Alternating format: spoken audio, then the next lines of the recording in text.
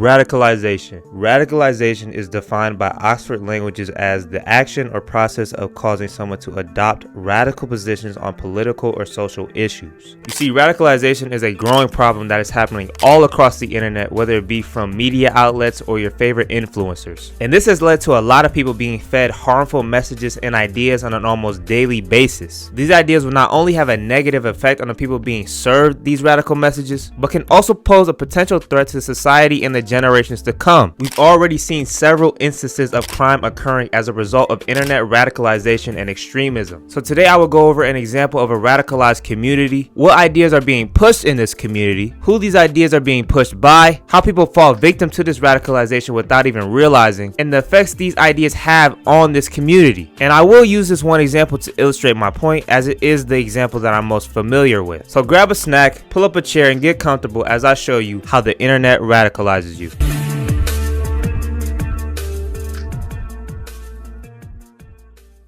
As I said, for this video, I will use one example of a community that I am familiar with to illustrate my point. But before we get into that, I just want to drive home what my actual point is. It isn't just 1, 2, and then someone's radicalized. It's a multi-step process. Most people become radicalized over time, but initially start off as just innocent people, maybe looking for the truth, with valid questions and concerns, trying to figure out why things are the way they are, looking for answers. But over time, through echo chambers, spiraling down rabbit holes and influence, they become very hateful, spiteful people. And I will illustrate this point to you with my example. So let's get started with the red pill.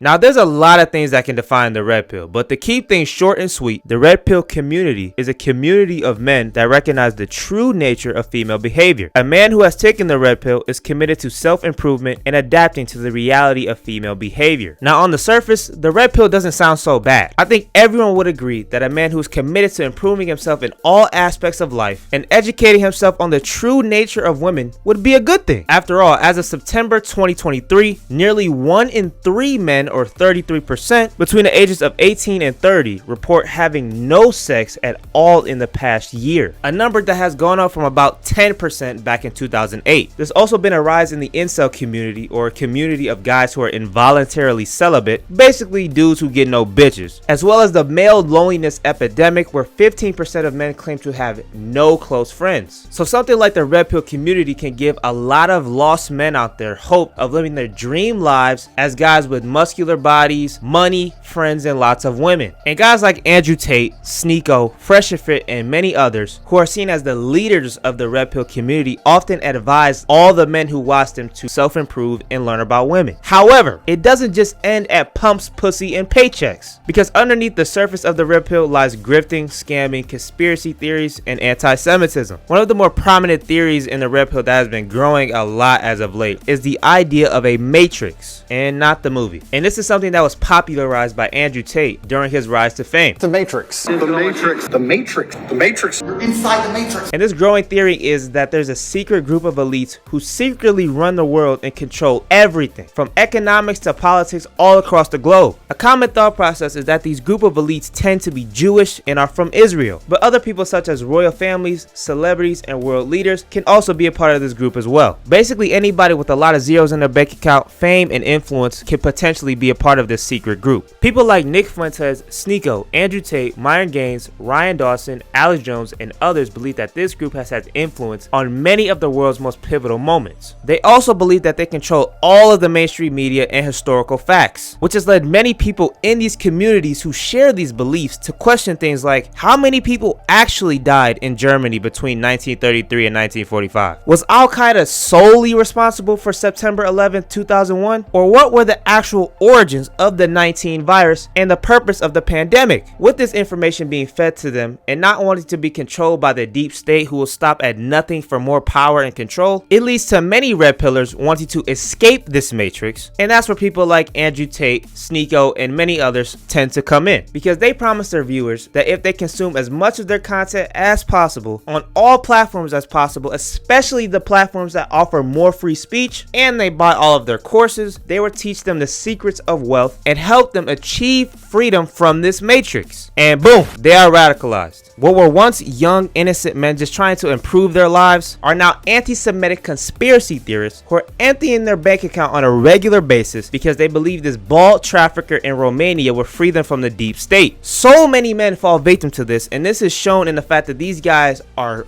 super popular despite being banned on most social media platforms. And it's all just a big grift anyway. There is no deep state controlling everybody and influencing everybody in secret, controlling people from the shadows and turning the frogs gay. I don't like them putting chemicals in the water that turn the friggin' frogs gay. And even if there is, Andrew Tate is not the guy that is going to help you achieve freedom from them. He and many others are just simply taking advantage of lonely, desperate men who just simply want to improve their lives. But again, some of the stuff they believe isn't completely crazy. I agree with self-improvement. I agree with learning about women. I agree that when it comes to the elites, the powerful people who control this world, there are probably so many things going on behind the scenes that we do not know about, as evident from the things that have come out from the past few years, which is why people initially agree with these guys and like the things that they have to say. Plus, they're kind of funny. I walk into hell and the devil's like, oh, I'm gonna burn you. So you ain't gonna do shit. Which is why people initially agree with these guys and like the things that they have to say, because they're pretty common thoughts. I mean, I used to be a bit of a red pill guy myself and a fan of people like Andrew Tate, Sneeko, and Fresh and Fit, watching their videos about some of the crazy stuff that goes on in the media or the conspiracy theories about 11th or whatever. But what made me stop liking them is because I realized that these guys are just grifters taking advantage of men. They try to frame themselves as freedom fighters who are here to help you, the common man, achieve all the things you want in life and escape from this matrix. But in reality, they're only bringing you out of the matrix and into their matrix and helping themselves off your money and attention. Plus, when you're a straight up Holocaust denier, a trafficker, and you don't know what the age of consent should be, it gets a little weird for me. What do you think the age of consent should be? It's a developed age. And this happens in so many other communities, even stuff like politics. If you look at a lot of liberals, a lot of them believe in great things, like equality regardless of size, race, gender, sexuality, or background. But then it spirals out of control to where you have a fat, blue-haired, raging, sensitive snowflake of a feminist who think all men should die, being fat is healthy and something that should be celebrated, all cops are bad regardless of who they are, and everyone who doesn't align with their worldview is a racist, homophobic, sexist, misogynistic transphobe. Oh, and of course, America is the worst country ever. Hassan Piker is a political leftist streamer, and his brain has rotted so much from political radicalization, it has led to profound statements like this. America deserved 9/11, dude. Fuck it. I'm saying it.